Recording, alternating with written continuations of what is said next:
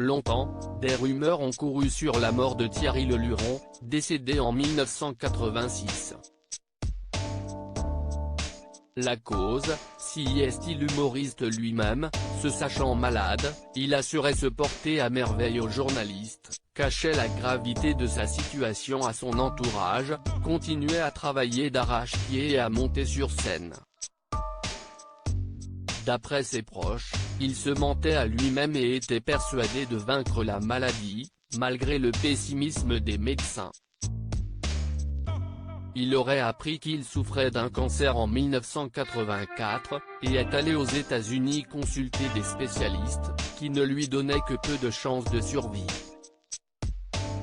En décembre 1985, son état empire et il est de nouveau suivi à Paris. La presse parle de sciatique, de forte fatigue, de méningite, de bronchite ou de toxoplasmose.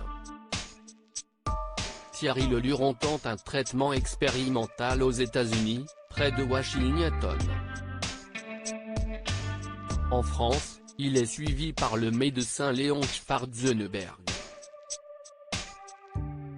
Thierry Leluron est soigné par chimiothérapie, pour un cancer du tube digestif, de l'estomac et des intestins. Son état ne cesse de se dégrader.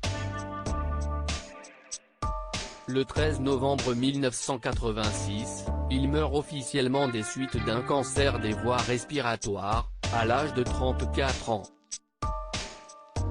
Thierry Leluron avait-il le sida ?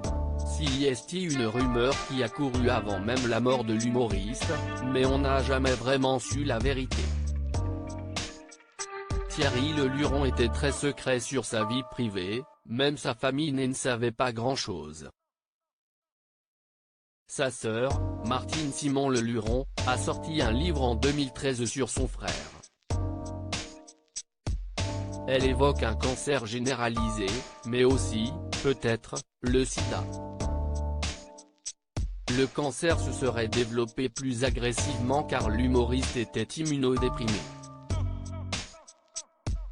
On sait par ailleurs que l'humoriste avait eu des histoires d'amour avec des hommes, dont Rory Lago, qui est mort des suites du sida. Certaines célébrités prétendent que Thierry Leluron avait bien le sida, mais cela n'a jamais été une information vérifiée.